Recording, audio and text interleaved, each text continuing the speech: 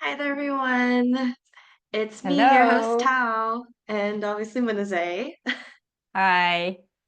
And we're here for another episode of Plant Planet Plate, the podcast. And what's very interesting about this one, as you may notice, we are doing video. Because we thought, like, yeah, we're on YouTube, so why are we not doing Yes. video, right? Yes, so exactly. So if anyone hasn't noticed, we are on YouTube now, and so people can go and listen to us and watch us there as well.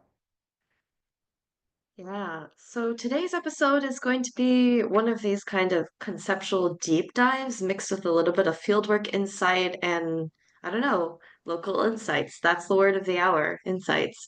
So we're going to be talking about plant awareness.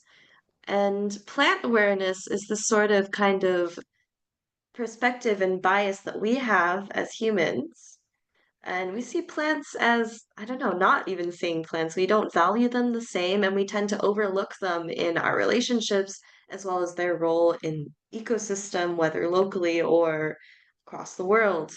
So I'm going to be going into a deep dive today about where this term came from, because it wasn't always called plant awareness. In fact, it was called something like plant blindness, and there was a definitive shift in why we made that choice as a discipline or as scholars to move away from that language. The first one being it's ableist, right? And say it's not. Yeah. Yeah. It implies kind of like you know ableism, and we're not about that as scholars, hopefully. But it started since I would say that there's been many historical records and just sort of personal experiences of people not really thinking about plants that much. And the term started from a paper written by Wandersee and Schussler in like 1999. And the definition of plant blindness is defined as the inability to see or notice the plants in one's own environments, which leads to the inability to recognize the importance of plants in the biosphere and in our human affairs. It is also the inability to appreciate the aesthetic and unique biological features of these life forms belonging to the plant kingdom, whichever shape, color, or design they might have, flourished in.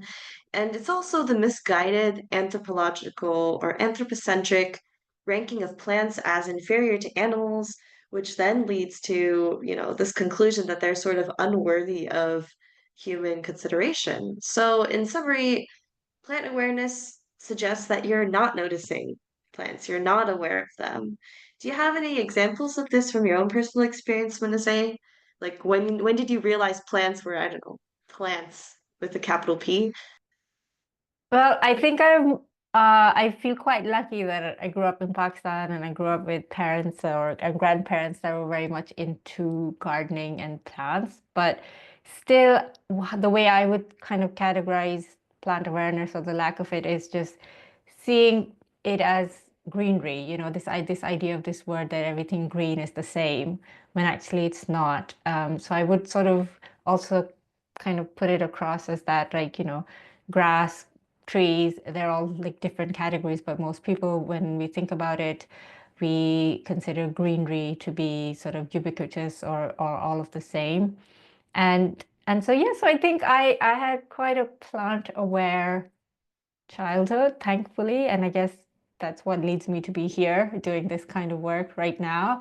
And it's developed more and more as an interest. But yes, definitely, I think within kind of other people, perhaps I may come up in conversations and you sort of realize that, okay, me knowing the names of different flowers and growing up is not normal or unnormal, but just not the same experience of everybody else. I feel like I was just a big nerd as a kid. I loved animals and plants and nature. My family still bullies me for how we used to go on nature walks, and they were asking me like, what do you want to do? And everyone gives their contribution. And I was like, let's test the water because I had a really impactful science class session in elementary school where my teacher was talking about water pollution and plants and things like that.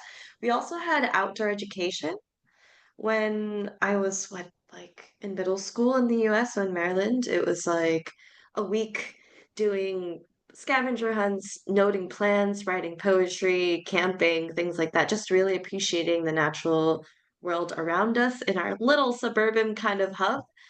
And yeah, so what was interesting about the term plant blindness, right, is that it was rooted in botany education research and literature on visual attention. So the scholars just kind of made this argument in their observations that, students in general and also scholars were kind of ignoring or just not seeing.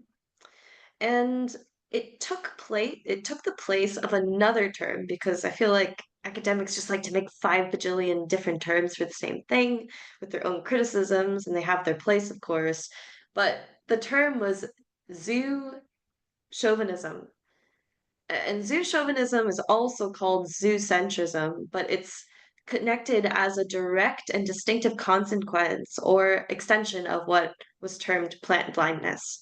Um, and like just to remind you all that we're talking about plant awareness, which is the renaming of the same concept, for inclusion and also more accuracy. But I was just thinking about this that in this sort of ranking system, so you have animals, in science, and you have plants, which are distinctively lower, but it's also applied to like vertebrates and invertebrates. So I remember I was listening to NPR a few years ago when I was doing my PhD, and I was listening to this podcast on This American Life, and they were talking about how someone did a study on the popularity of like natural life studies, Okay. and there was a definitive shift in the field, or like I want to say bias or divide, that vertebrates were the most interesting. So, like, they looked at a bunch of conference abstracts to see if the topic of their discussion was vertebrates and not, and invertebrates had like nothing. So, if invertebrates are like here at the end, so relating to plants, it gets a bit like, oh no, our Oh, close. okay, I get Well, it. But yeah. I mean, I think it's also even, kids, they learn about all the names of animals and stuff, but they don't learn the names of oak tree and cedar or, identifying patterns on leaves, but you identify all the patterns on the animal skin, which is all good. But yeah, it's sort of a animal trumps plant kind of thing when actually they coexist and they're ecosystems that serve each other. I remember preparing for this podcast because I do prepare sometimes, reading that plant awareness was became a thing, and this sort of idea of plants are inferior is because they don't seem to threaten humans or would possibly attack humans or the way humans interact with plants. Although I kind of beg to differ with this because there's things like invasive species that can make life a hell. And I name a few, some and things like what is called Japanese knotweed. It was simply a plant brought over from Japan in the UK, and the other one is Himalayan balsam also. So they have their country names associated with them, and they're invasive, and you can not get a mortgage if that plant is growing in your house. So if you need to know how to identify it to better your life, I think. But yeah, it's just something that if I when I started doing a deep dive, you sort of start to see that it exists kind of with us. And I guess what we have is the rise of these phone apps to maybe help people identify plants. I guess what came first, the interest in plants or having the app to then get you interested in it is one way I started to think about it. Was thinking about that because I love a good digital tool, right? And I think that a lot of these Mm, plant identification apps use, just for people who may not know, they use augmented reality and also AI to kind of look at a plant's feature based on a video or a photo that you upload, and you run it across many different database with representative photos of the plants. And using GPS, they try to match the best thing, like a likelihood of it being that plant. And I think that it's a great way to kind of reacquaint people with nature, especially when it's a nature they've never experienced before. And I think this does a lot for plant awareness disparity, because that's like the full name, PAD. And I think it's very interesting because it allows for citizen science it's allowing people who are engaging with plants, engaging with nature to give you real-time photos because, not everyone can go to the field and not everyone has a camera that can capture all the nuances like the Kew Gardens or something, right? Um, Yes.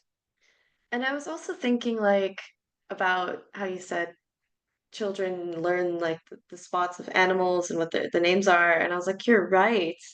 You're right. I don't remember learning that much about the leaves. I mean, I remember my teacher had us like trace out the leaves and write them down, but I think that was like one lesson. I mean, could you name like the top 10 species of trees in 10. your neighborhood? I don't I think I mean, could do that. cherry blossoms right now because they're in bloom.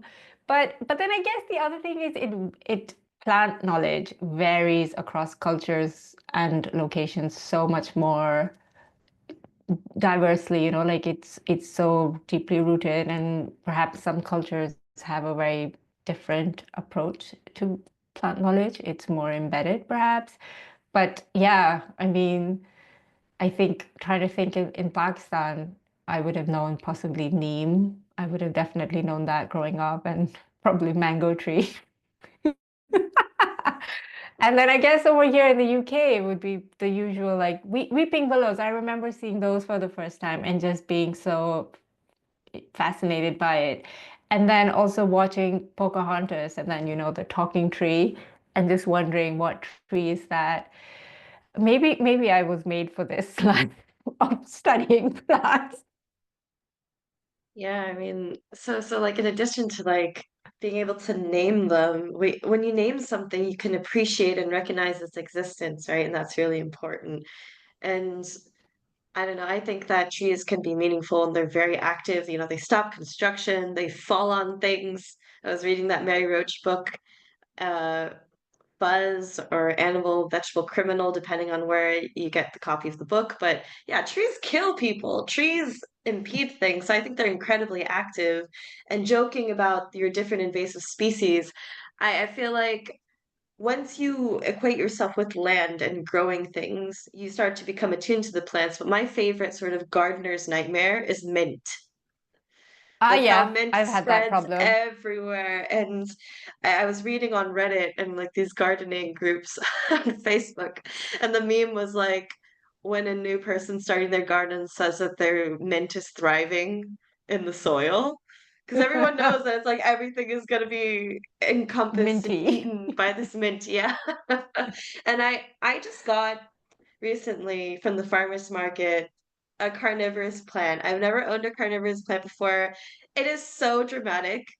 It needs to be misted all the time, and it has its natural growth cycle where it like withers and dry, but there's like another jug coming up, and I keep thinking, I thought you were supposed to be self-sufficient. I thought I just watered you and Mm, then you would get rid of all my pests. But I always like to combat like, oh yeah, plants are not as active, that rationale that essay did. I just think of like Little Shop of Horrors, or I think about the yeah. piranha plant in video games with like Mario, because I think that one noticeable thing that is shown that plant awareness is growing amongst the community is that even in cartoons and Yes. video games, what used to be a pixelated, green blob of nature is becoming more and more diverse. I know someone who works for Rockstar Games Yeah. who made like Mm, Red Dead Redemption and all these different things, Red Dead Redemption 2, and that's a game about cowboys and wilderness. And I had a question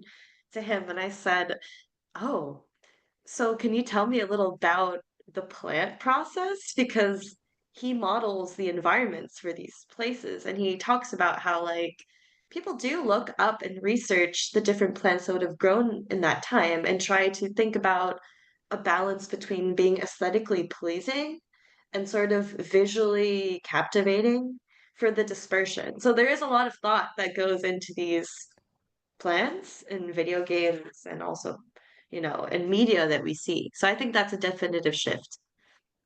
yeah, so like looking at different cartoons, I was also kind of looking at kids' cartoons and just how plants are mentioned. And I will start with Sesame Street because I was a Sesame Street kid, grew up on that completely. And I found that there was this episode in which Elmo is going to pretend to be a plant for the day. And so he keeps sort of like asking, what do plants do? And everyone's like, oh, you just lie in the sun. You know, that's your only expectation. And then he's like, oh, lying in the sun is hard. Like you know, and then they sort of get into the episode sort of realizing that actually, you know, plants need a lot. There's a unique kind of ecosystem balance that is required for a plant to really thrive. Hence your carnivorous plant that you need to mist and make it feel comfortable in your house. Which one is it, by the way? My gosh, I can't remember to be Is honest, a but picture? it's a picture, but it's like extended from the ground. I'll definitely write the name, Oh, species name down because I thought it's got the jug, it's got the picturesque, but it's quite long and quite tall. I would say that it's over 30 okay. centimeters tall with like the many Okay, stalks, so they're quite large. cool. Um, But yeah, plants need a unique balance, an ecosystem to exist. So, you know, some people might think they're like this background item in this life that we live, but actually they are quite at the forefront. They purify our air. If they're house plants, they also sort of maintain a balance in everything in terms of being food for animals in the food chain. And yeah, I'm glad to hear that, you know, plants are having a more feature in video games. I came across another cartoon which is called Horrid Henry, and it's sort of, I guess, a British cartoon, and it's the character is starting a garden and he's sort of like trying to plant a seed and look after it, but it seems boring. But then he starts to have nightmares that the plants start to eat him. And it made me think of this idea that plants are only, or rather, any sort of nature is only relevant if it's attacking humans or kind of a threat to humans. So they created that storyline to sort of make it more exciting. Whereas I think we should just get excited with the services that plants offer to our ecosystem. yeah, and I'm on that opposite side where plants are being kind of this, I don't know, potentially hostile entity so that they're given more of a weight in terms of our interactions. I would also say that there's a softer side to it where it's like, this is something that I can cherish and take care of, right? Like nurturing a garden, for example, or which I feel like is a big wave, and I'll ask what you think about this, the sort of wave of plant parenthood.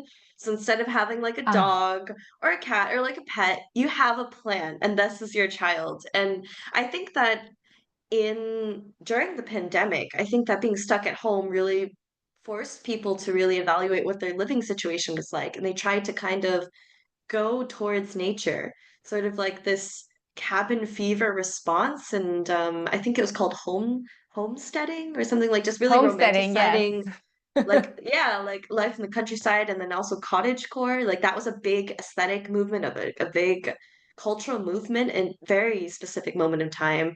And I found this really funny article from January 2020. So this is even before the pandemic really kicked off.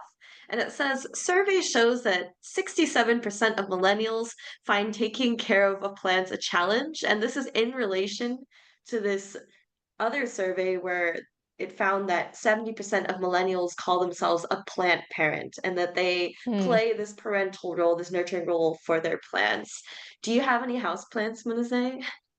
I do. I am a plant parent. I have no other kids but plants. And I get very, very, very excited when I manage to sort of transplant. So I genuinely feel a sense of accomplishment. I'm not lying. I usually kind of tell people about it that I did it. And so yeah, so I have a few, and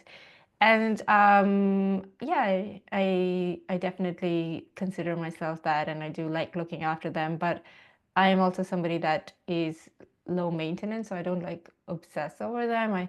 I don't want to have the rarest plant or the most, you know, kind of unique one. I just like the few that I have, and I like to create more from the same. I feel like that gives me more joy. And yeah. That This is going to be, I think it's because I went to that anthropology conference and my brain juices are flowing a very particular way today. But I think it also has to do with this sort of, like I said, like this big boost and this longing for nature because of crisis. So, like in the pandemic, but also just this need to kind of, the word of the hour is now subvert, but subvert these expectations on what nurturing relationships could be like and how they extend to other different species, including Hmm. plants. And I think that when as people became more obsessed with expanding their plant knowledge and thus plant collection, right? Because you're like, what kind of plants do you have? Oh, I have a Monstera delicciosa, or I have a variegated, pothos, golden pothos, or something. This is sort of like, yeah, like a social capital. Like, you know about these plants. You got the Yeah, rare ones. You know how to be a good plant parent. You know how much sunlight they need, whether they grow well in peat moss or need drainage or I need don't know any rocks of that. to like hold it down. And I think because of that, I think it actually helped people develop more apps and technology to get people aware of how Mm. to take care of That plants, whether exactly. I they was be like, indoor, what came outdoor. first? Did the apps come first or did the plant, And then, yeah. But then I think that we also get into that sort of binary almost of domestic, like house plants and the ones outside and the wild plants. And yes, so there's that difference as well, and it's almost like another internal hierarchy within this world of plants where you sort of have the very sort of coveted house plants that everybody wants and they look beautiful and everything, but then there are all these other plants outside, like wild garlic to forage, which I haven't yet foraged, but you can recognize it. I introduced it to my mom over the weekend, and now she's like, "Oh, I've seen it growing, and I'm gonna go and collect more of it." She would probably be okay. She wouldn't pick up random stuff. But yeah, so which kind of maybe segues us into our fieldwork area of this idea of plant awareness, foraging, and use of plants. So maybe we can talk a little bit about that. Foraging is a very tricky thing, and we've always spoken about this across our podcast, but also in just like the work that we do, right? Because first you have to have the knowledge. So that's the baseline. You have to have the plant awareness and the knowledge. But you also have to think about the spaces in which the plants grow, and you start to make these connections with certain plants being in certain kinds of environments. So my example that I gave recently to my friend and dear colleague, Dr. Maduro Rao, is that if you're looking for wild garlic in the Netherlands, but in many other different places where it grows, so this is Allium ursinum, bear's garlic, you need to look for a place where there is access to running water, right? Because it needs this kind of moist environment to really thrive, so they pop up at the sides of streams and stuff. But in this context, we were also discussing the nitrogen crisis in the Netherlands and how the Netherlands, in its controlled space, the biodiversity is very much mapped out, but the inner flow with, potential pollution is very high. So there's like Hmm. these tensions between local laws and technicalities of whether you're allowed to forage and how you can sustainably forage, if at all, because you can't be taking all these different populations of species of plants for like a restaurant, right? There's just simply not enough. No. And that would destroy the biodiversity. So I guess it would be really interesting for us to comment on how we're seeing and positioning ourselves with biocultural diversity legislation and regulation in Cambodia. So what are your thoughts on that? Well, within my experience in Darminjay, the province that we work in, and sort of talking to Nat, who we featured in the podcast, who creates plant sort of foraging videos and wild food plant videos, she she sort of said that, a lot of places are accessible and we just go to collect what we need. And I think it's the really sort of operative term here is what we need. So it's taking only what you want. And perhaps in more remote areas, in smaller sort of communities where foraging is a social activity, it it is easier to achieve that without sort of having specific laws. Although before the podcast, we did go through a few new kind of legislation and laws around wild food plants that are coming up. But I think it varies across Cambodia. Of course, your experience with fieldwork in Siem Reap has been drastically different. In Cambodia, I think I did write a permission letter to the to the Hmong community forest, but they had never received a permission letter about taking samples or anything. But that's the best practice we want to adhere to for our field work. So we definitely want to do work that is keeping those things in mind and sort of remembering, I guess, this idea of like taking only what you need, and of course from public areas, so not someone's house, unless they tell you to. Yeah, I was thinking about this because last week I went to I think it's the 85th annual meeting of the Society for Applied Anthropologists. And it started off like the whole 4 or 5 day conference with a traditional food forum. So we got to listen to many different tribal elders in indigenous groups across the Pacific Northwest and beyond. And they were talking about this sort of like interrelationship on really like listening to the land, being attentive to the land, the plants don't want to be found. And there's like this whole process of just really recognizing that relationship, this active idea that plants are agents, and it's true. And like a few of the speakers were talking about ethnobotanists and how we're villains. And honestly, good on them. I think a lot of ethnobotanists are villains. I am not one of them. Me But too, but I although I'm not even an definitely ethnobotanist. I think you're an ethnobotanist, but I would say that there are a lot of, you know, ethnobotany and just botany in general is a historically colonial thing. It's like map out the Completely. land, see the resources, and let's take them. Yes, I've Take been doing a deep dive in the legacy of empire, particularly British Empire and sort of, botany, and really been reading up a lot on it these days and listening to podcasts. And when you think about it, the origins of sort of East India Company or any sort of form of colonialism was spice trade, which is plants.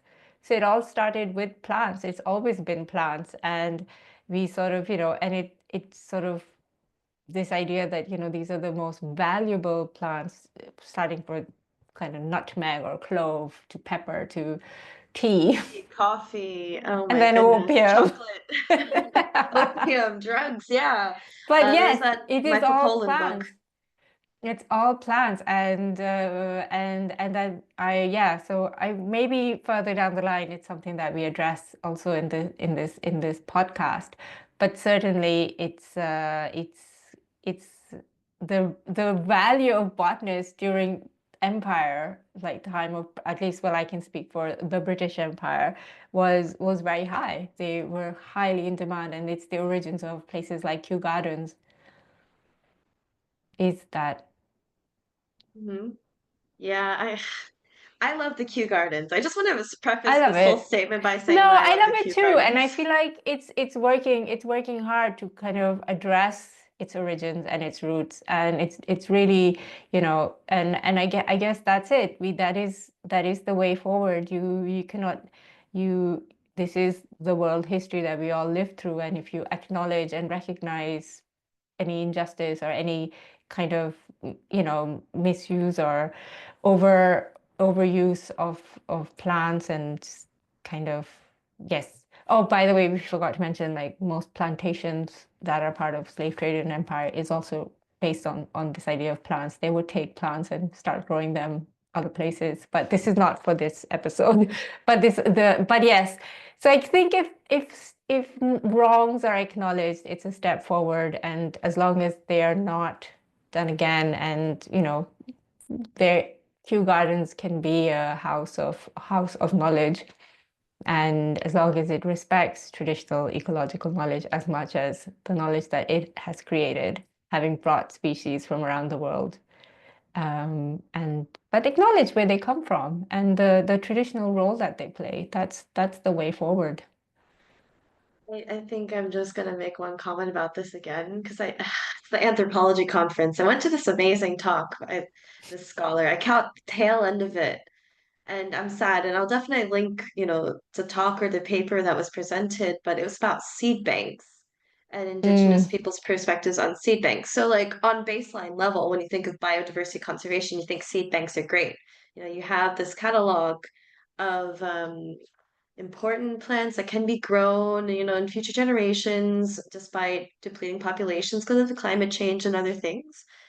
But then the scholars had this very interesting insight that they brought like an indigenous group to see the seed bank, and it was very emotionally damaging for them because in their culture and their way of engaging with elders and kinship, elders and family and relations are represented in the seeds, like their ancestors are the seeds.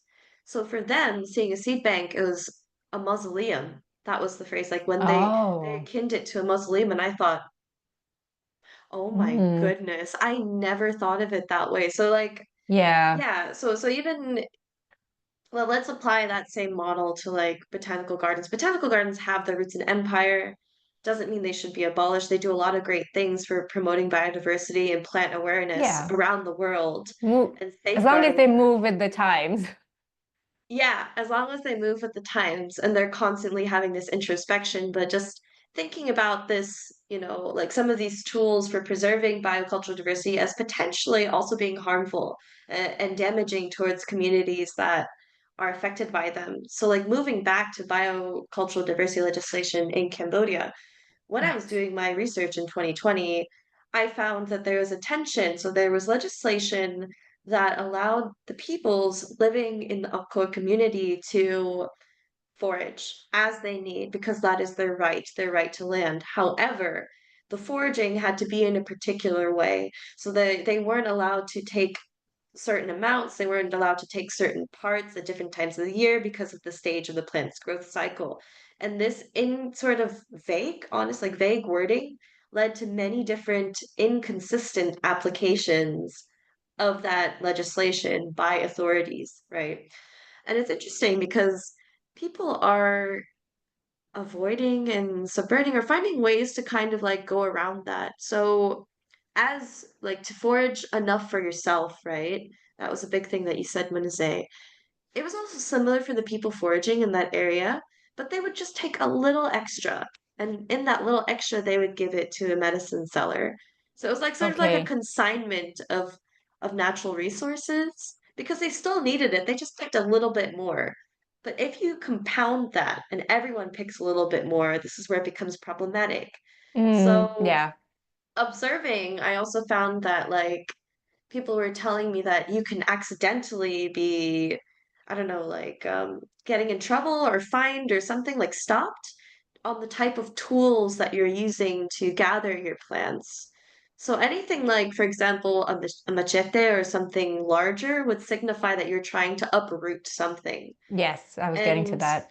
yeah, and for those of you that may not know, like I did my research on traditional medicine plants and food medicine plants, and a lot of these decoctions are believed to be stronger and more potent if it includes the root of a plant.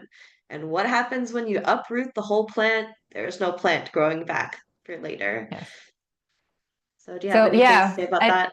no, I mean I think we when doing our field work, we encountered something similar when we asked people about transplanting or what their thoughts were on availability of plants, and they were saying that a lot of traders who trade at the border uproot the plant, and so then other places can grow it and not Cambodia. So there was this sort of almost geopolitical angle to our fieldwork. The fieldwork location is close to Thailand, and there is some kind of tension between locations. But yeah, this idea of I guess it comes down to what is sort of plant use and plant laws sometimes have a mismatch. So the use of the plant is preferred from the root, or the bulb or the young shoot or something. That's the plant part of the plant that's more viable, but the law is vague and it's sort of saying just take the leaves or, you know, use the stalks or something. So yeah, it's when there's a clash between conservation work and this sort of environment forward idea of what works, but it negates or doesn't take into account how humans and plants interact. So it goes against it, and that actually then creates more tension. There is forced evictions of people from also that region because they think that they are not obeying the laws when actually they're just doing what they have always done, but it's not taken into account in when plant laws are written, which is why I also think makes our fieldwork quite relevant because it goes down to understanding not just what the plants are, but genuinely how people use it over the course of the year and also in different ways.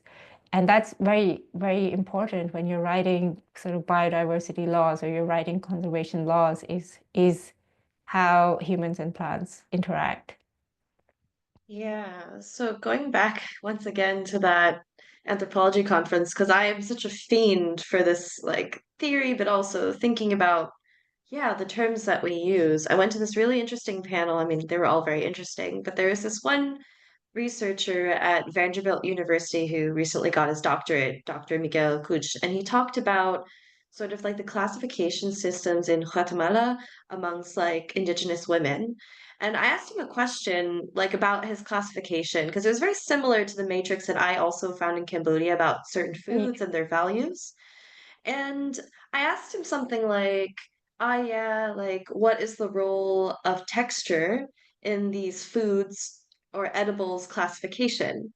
And the discussant was a professor named T.S. Harvey. He's a medical and linguistic anthropologist at Vanderbilt, and he does things like global public health, environmental protection, all these things, right? He said, I found it very interesting that you said foods and or edibles. And I kind of had to like explain to him similarly like in that use category for plants because there are some plants that people consume but they might not eat them. You know like sorry, they might chew them, put them in their mouth but they don't swallow them and consume them properly. But also think about it this way. I actually use wild plants as a good example. I walk in the forest. I have a high level of plant awareness. I see bear's garlic. If someone didn't understand what bear's garlic is, they wouldn't consider that a food or even edible. But for me, like that's a food. And I'm like, great, here's my resource. And later that person with me could be like, huh, that is edible. But it only becomes a food to us when we eat it. We can Yes. understand something as edible, but maybe we're not going to eat it. I think of Because like yeah, rice paper wrappers on candy sometimes where people say, "Oh, you can eat that." yes, yeah, no, that is very true. It's sort of like it changes form from being a plant, like being a green thing to being, oh, I recognize this plant to, oh, it's food. There are three stages that take place and each involves a level of knowing or learning. Um, and or it's innate because it's the culture that you grow up in, which is, I think, for a lot of the Khmer kids and high school kids that we work with that know far more than I do. I'm still learning. But yeah, it's I guess it is what ultimately did bring me to this fieldwork where I was noticing how so much of the green shoots agri-tech center is edible because people were just passing me leaves to be like, try this. Yeah, it's definitely a lot of trying. I've been telling everyone since it's magnolia season that the blossoms are edible and everyone should be eating like the petals right now. And you can cook them, you can pickle them, dry Yeah. them, use them in tea. They taste like ginger, like and cardamom, I think, if I remember Mm. correctly. But yeah, so once you get that knowledge, you add weight and value to that plant and then you notice them. So what would you say are, you know, like sources of these knowledge and different vectors for like traditional ecological knowledge around plants in Cambodia? When I was doing my research, I feel like it was everyone. And I always said it Yeah. wasn't like exclusive to age or where you even grow up because like I mean, if you're around in like a rural area, you probably have more greens and have more awareness of nature in general, but that's kind of tricky, right? With like intergenerational travel, travel transfers of knowledge, because people know things and then they share them with the old and young and vice versa. And then the urban rural divide. What do you think? I think it's definitely changed in the last few years that traditional sort of direct transfer of elders to young people is getting a bit more mishmash now with people creating videos and showing how they cook. There's actually so many vlogging videos from Cambodia about wild food plants and this sort of rural life kind of experience. So I guess it is being, but they would always, I'm sure, kind of say we learn from our elders. So there is up until a certain point, perhaps when before social media, it was quite kind of one-way street, maybe we could call it. But now I think it's getting a bit more mixed. I would also say that anyone that cooks is more aware of plant edible properties than anyone who doesn't. And then you sort of then get into those categorizations of, fruiting trees is different, hop liang, which is sort of walking around and chomping, versus foods that you cook with. So Cambodia definitely offers like a very diverse mix of this information. The other place I experienced, say, kind of Pakistan, I think is definitely I look to my elders to know more and also really find out from them. Urban kids, I was an urban kid in Karachi, but there it was a very much like, oh, we used to have this before, but now we don't. I used to hear that a lot. And I think for one of them it was purslane, which a lot of people know here as a salad leaf. But I remember I ordered a vegetable bag from a local farm and it sent that, and my mom was just like captivated. She said we used to eat this when we were kids as a like a sag, like a green leaf to cook. And so yeah, so that was her. I could see that she was, something remembering something from when she was growing up. So yeah, so I think there's more than one ways to access it, and the internet and social media has completely changed that, I feel. There's not a direct sort of one-way street of that knowledge. It's much more kind of hodgepodge. I definitely think that foraging has become way more accessible and sort of it's always been that knowledge transfer between people who know and people who are willing to know, right, or are interested. Mm, But we have so many tools to kind of verify it when you're kind of doing it on your own. So I remember like going back to that whole like cabin fever, we need to get out into nature bit of the pandemic lockdown. I would say that one of my favorite pastimes is actually watching foraging videos on TikTok. And I definitely don't watch TikTok for enjoyment purposes. I do it more as a curious researcher. Like I don't even have it on my yeah, phone. I it's only social download it. research. No, genuinely, I feel like people think that I'm like always on TikTok because I write a lot about, digital platforms and stuff. And to some extent I am, but with like very calculated reasons. I want to look at what foraging is like on the digital world. I want to look at food things and then I delete the app off my phone because that's a healthy way to live my life. But I really loved Alexis Nicole, who's like an American forager and she's vegan chef. I think she's vegan herself. She's from Ohio, and she does all these really funny videos where she kind of like shows people how to forage, plant, explains the history behind it, how to pick it, how to clean it, how to prepare it, and also disclaimers like you probably shouldn't eat too much of these because it could make you sick, I know because her. of the chemical. Yeah, and I've seen I she's think the she's one made it that cool I think again. it's Black Forager, and she's the one who made the Magnolia video that I saw, which said Magnolia is edible, and I think she made a syrup or something out of it. Yes, She's and she good. made I like syrup her and videos. cookies. Yeah, I think that she was is a great ambassador for like I want to say like the rewilding of the internet, but I feel like someone has definitely used that in a different way. We're back to feral, like anonymous posts and just blasting out these information. Like I think that's how people use it, but I think in the But this is playful way, this is how we understand it. yeah, yeah, like things are wild and we can, live harmoniously with them and we can forage them sustainably and we can make things out of them. They nurture us and they're tasty. Plants are great. Like that's But the I'll power of that I'll digital storytelling and science I'll communication. yeah, ultimately it becomes the kind of conduit or the sort of bump to go over to increase plant awareness. I watched that video and I remember about Magnolia being edible, even though I knew, so it's almost like I know what Magnolia is. Um, I know the Tom Cruise film with some Magnolia term in it. I don't know. Is it too old? Am I showing my age? What is it? Sweet Magnolias? I don't know. But then No yeah. clue. There is a Tom Cruise film with the title Magnolia in it. Anyway, but yeah, so it's like this kind of transfer of information, and then it's not a flower I grew up with because they don't have magnolias in Pakistan. You have a paint that's called magnolia, like the color, and then but then you're like, oh, this is the plant, and then a few years later you're like, oh, it's edible, and so yeah, so I think it's it's a stepwise process to increase our plant awareness, and I feel like, should start from a younger age. The one sassy comment to the Tom Cruise comment is like, we're Is it? scientists, but we don't support Scientology.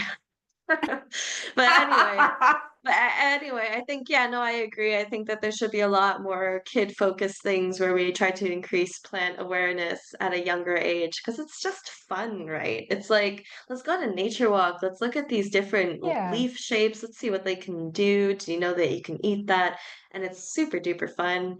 And I guess maybe like one thing I would like to say is like because the internet is such a wild place where all this different content thrives, it also kind of creates this movement towards commodifying and sharing things that maybe shouldn't be shared.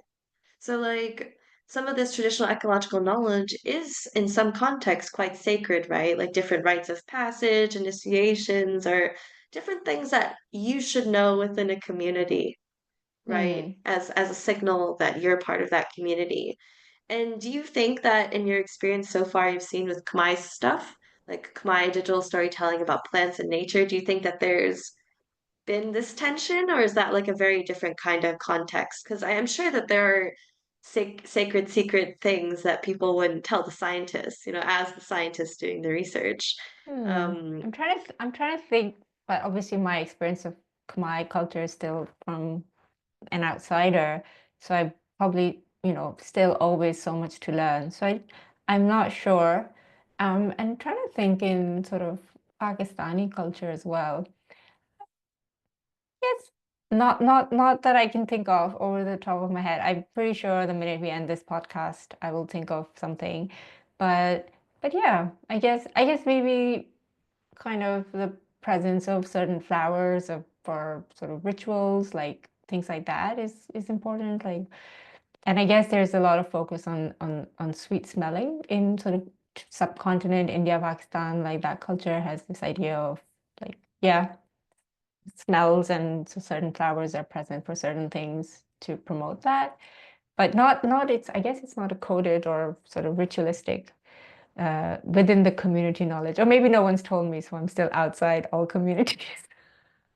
I remember having the grumpiest traditional medicine man in our interview. Like all he wanted was to eat lunch, and his wife like said that he should do the interview, and he was just so grumpy. And he's like, "You're gonna steal my business." Oh And we had to keep no. telling him, I was like, no, no, it's just for research. It's for like, no one's gonna steal your business. Like no one, like with the hands up, No. like no one's gonna steal your business. We promise. And but the thing is, there is that sort of violence with research. Like people really do be Yeah. I mean that, yeah. doing that. But I think that but I think that also comes from this idea of like plants are everywhere. And so, it becomes like you want to keep what's yours to yourself a little bit. And yeah, it it shouldn't be that difficult, but sometimes, yeah, he's probably thinking that, oh, they probably just want all my formulas or something. Um, and but yeah. I guess people can get like that about food recipes as well in the same way, perhaps, it's kind of maybe what makes them unique, and they feel like, why would I give that away? Yeah, like uh, Dr. Madura Rao and I are doing a study right now on fermentation and teaching fermentation in a European context. And this question of competition often sort of Mm, arises and bubbles many different feelings. But I would say that generally people would say, like, when you are, I don't know, if you have a product or if you have like this knowledge of something, a recipe is not enough. And with something as transformative as fermentation, it's really about that technical knowledge and know-how that done through experiential learning and just experience in general. And this is connected because with foraging, you become more aware of like what's a good tasting plant, what is the good shape, where you shouldn't forage, at what stage of growth should you forage. And more often than not, people try to get as much as they can because it's seasonal and fleeting, right? So a lot Mm. of those people end up fermenting things or preserving them in some way. So there's a big connection with that. And I will want to be very I just want to be very, not skeptical, but just conservative and how we kind of understand digital storytelling and science communication. I think there's a lot of good to be had, but then there's all that really introspective reflection that emerges from what those elders were saying about ethnobotanists. It's like maybe that shouldn't be told. Maybe that's not your story. And also Yeah, maybe it should be elevated within the context of the community, like it's something that you can yeah. experience maybe or you can know vaguely about, but learning the in and outs in that kind of surveying way, similar to The like the colonial empire technicalities. arms, is not feasible. And I No, I respect that. agree.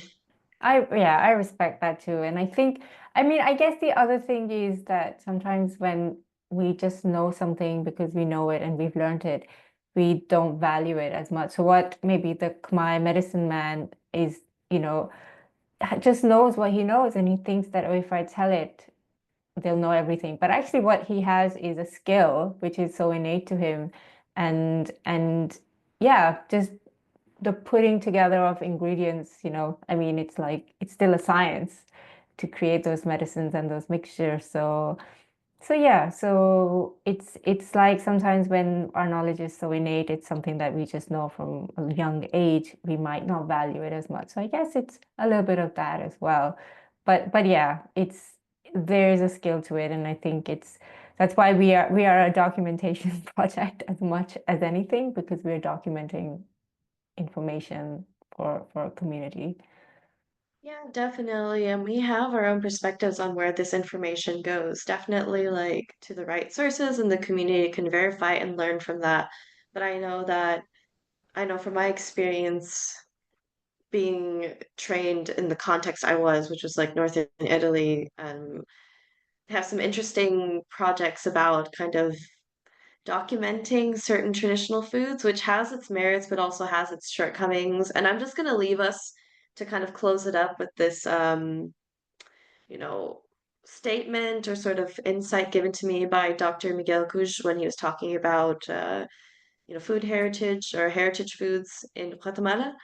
I asked him, has he considered like looking into, we're partnering with these initiatives to document food heritage and stuff. And he, expressed to me something along the lines of this, don't quote me on this, but sort of this idea that perhaps there are, I don't know, leeches, like cultural leeches.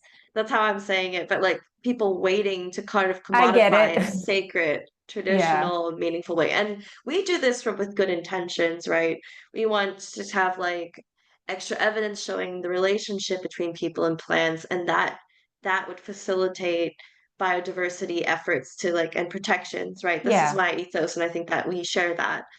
But he Yes. brought up a very valid point that food heritage can be, for the good of all, like how we're seeing it, or for the good of some.